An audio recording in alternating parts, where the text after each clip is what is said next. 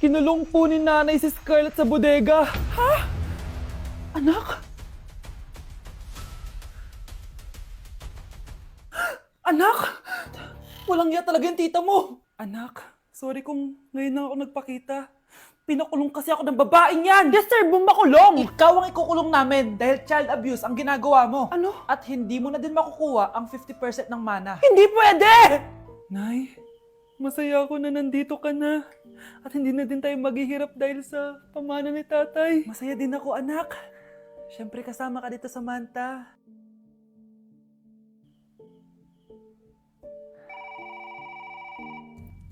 Ano ba? Bakit tawag ka ng tawag, ha? Oo, wala silang kaalam-alam. Sige na, baka mahuli pa tayo.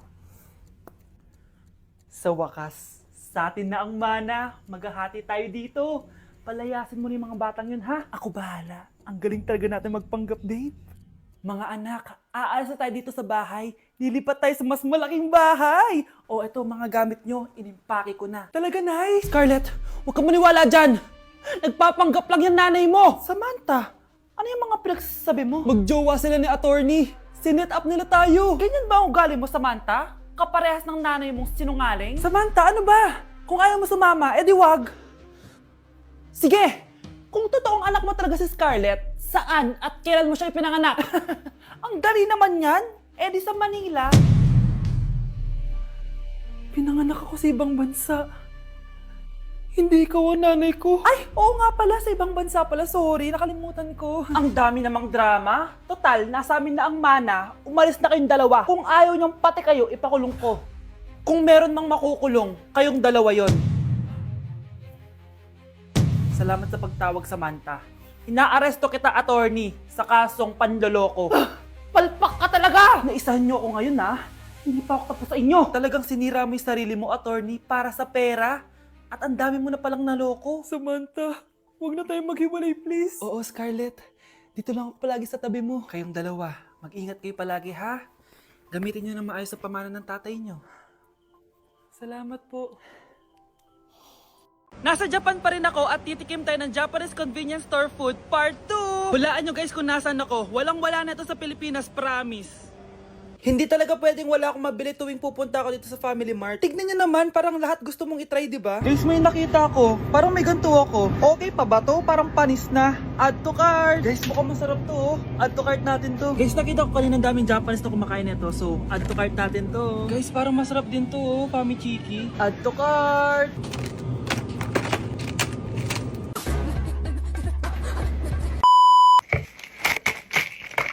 Tikman na natin! Una natin titikman na itong mukhang baya. Bakit kaya ganito kulay niya? Ito yung amoy niya, amoy mani. Unang kagat. Masarap siya pero lasa siyang mani. Oo, masarap siya. Sarap siya. 7 out of 10 to. Next natin tong Famichiki. Tignan nyo guys, grabe. Walang buto to, ah.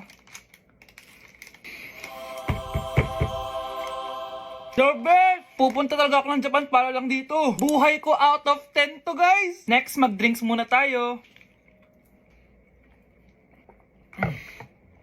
Sarap. Wala akong masabi. Ang sarap niya. 10 out of 10 to sa akin. Ang daming Japanese na kumakain nito kanina. So, try na natin kung masarap ba talaga. Simple natik mo. Para siya marshmallow. Ayos din yan. Masarap siya pero medyo matamis siya. Mahilig sa matamis. Sarap! Okay. Next natin itong palaging kinakain ni Honey Bunch. So para siyang pandesal na may feeling sa loob. Dami pala niya. May laman siya guys. You know? Masarap siya pero wala siyang lasa. O yun naman, magko-comment na naman masarap pero walang lasa eh. I'll give it 7 out of 10. Next natin tong parang mushroom na parang chocolate din. Next natin tong Ganito yung itsura niya.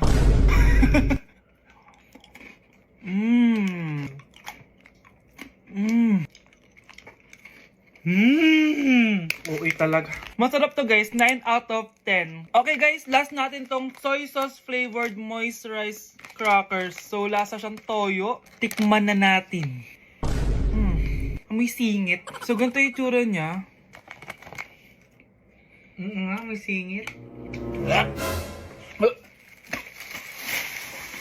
Wag nyo i-try guys. 1 out of 10 lang to. So yun lang naman guys, no? Kung gusto nyo ng part 3, mag-comment lang kayo dyan. And malapit na kami umuwi sa Pilipinas. Bye-bye!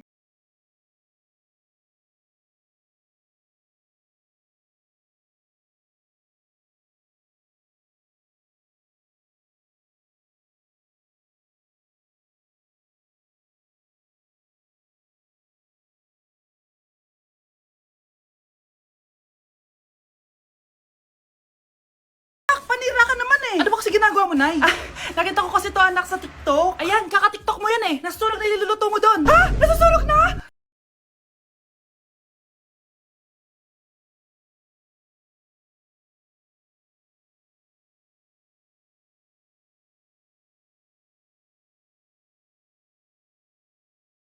Ano ginagawa nyo, ha? Ba't may pakis? Ma'am, ito po kasi usong step ngayon yung may pakis sa chicks. Ayan, sinasabi ko na nga ba? Puro na naman kayo TikTok. Mga nalalaman nyo. Ang bata-bata nyo pa, may pakis-kis na kayo nalalaman dyan? Mag-aral nga kayo na maayos. Ang bitter ni ma'am, porket walang kadate ng Valentine's. May sinasabi ka ba, Scarlett? Wala po, ma'am. Guys, finally, mapapakita ko na sa inyo yung bagong bahay namin. Matagal ko nga pala itong tinago sa inyo. Grabe, dati pangarap ko lang magkabahay. Pero sobra-sobra ang binigay ni Lord. Kung di siguro ako nag-TikTok dati, hindi ko mabibili ito, guys. Ito yung bunga ng mga pinaghirapan ko. Kaya tara, samahan nyo ako, itutur ko kayo. So, ito yung itsura niya sa pagpasok, guys. Labas pa lang, mapapawaw ka na agad. Tara guys, pasok tayo. Hoy! Sino ka? Responsive ka! Ba't nandito ka? Uy, galis na tayo dito. It's a prank, guys! Hindi talaga sa akin tong bahay. Pero sana in the future makabili din tayo ng gantong bahay. Yun lang. Bye-bye! Baby! Tara guys, harap tayo ng jowa. Samahan niyo ako. Baby! Baby! Asan ka na? Ay, ate. Wait, di pinapansin. Ito na lang. Ate, single ako. Baka gusto mo akong jowain. Ay, sorry, may gawa na ako. Ay, ganon. Sayang naman. Hanap bulit ako. Tara. Baby!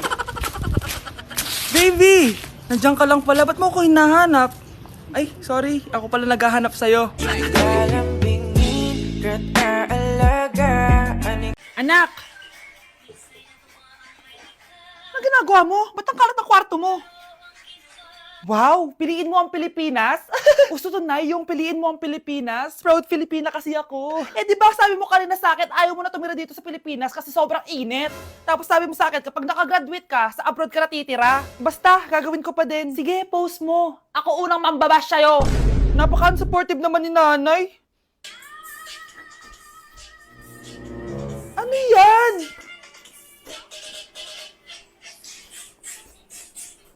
Kailan pa lagi sayaw yan? Eh, di ba transition yan?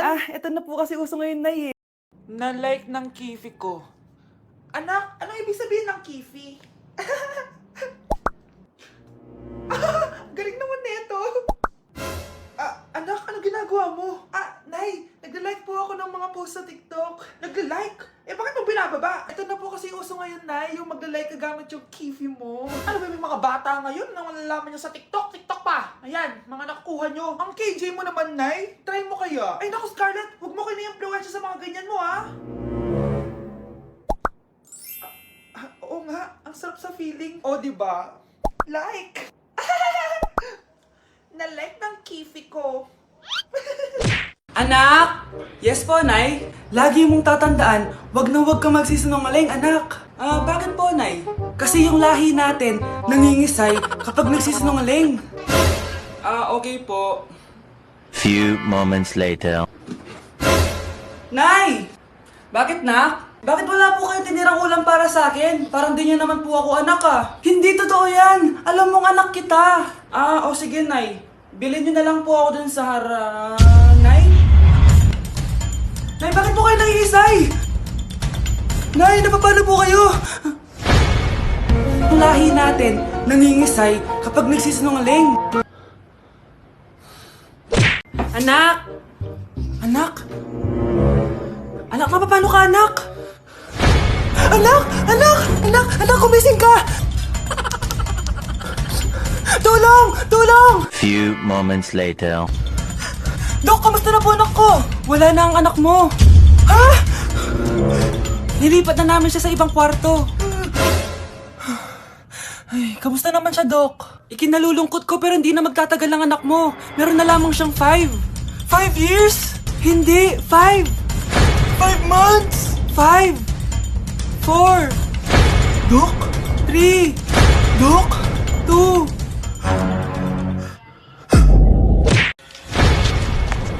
Aba, Ano? mayabang ka ba? Oo, bakit? Palag ka? Ah, ganon. Ano, ha? Ano? Ito, ano? Ano? Dito, lumapit ka. Takot ka pala eh. Ano, ha? Ano? Isang pitik ko lang, tumba ka na. Pumipitik ka pa lang, tumba ka na. Ano, ha? Ano, Ano? Ha? Ano ito? Dito? Ano? ha? Ano? Wait lang, parang nakita kita sa babuyan ah. Kumakain ng pigrolak. Grabe ang init. Kaya naman pala, andito ang kampo ni Satanas. Mukha kang rambutan. Mukha kang talong. Mas gwapo naman ako sa'yo. Gwapo nga, wala ka namang jowa.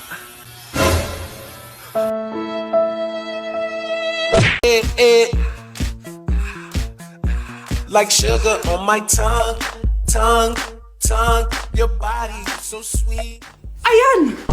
Kaya pala ang laki ng bill ng kuryente natin. Nakabukas pala na matagal yan. Anay, uso kasi to yung sugar on my tongue. Sugar on my... ganun. May alam din ako uso na pwede mong gawin. Talaga, Nay? Ano yun? Gagawin ko. Walang baon for a day. Ipambabayad ko sa kuryente yung baon mo. Nay naman eh. Ito na, isasara ko na to. Huwag mong babawasan baon ko ah. Akin na nga tong cake na to. Sige na, pumasok ka na sa kwarto mo.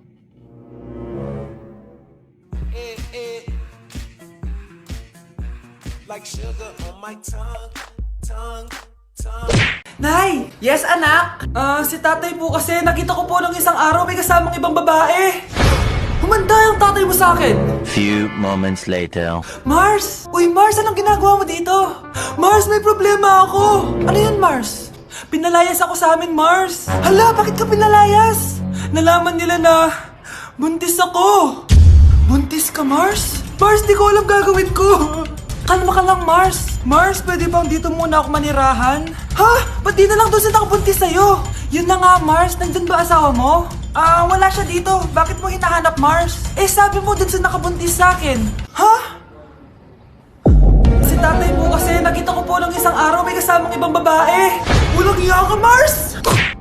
Anak? Yes po, Nay. Pupunta dito si Mayor. Talaga, Nay? Oo, anak. Kaya ikaw behave ka, ha? Huwag ka magsasalita, ha? Sige po, Nay. Sana bigyan niya tayo ng pera, pati bahay at lupa. Few moments later. Magandang hapon po. Ay, hello po, Mayor. Pumunta ako dito para sabihin na bibigyan ko kayo ng pera at saka bahay at lupa. Wow naman, Mayor!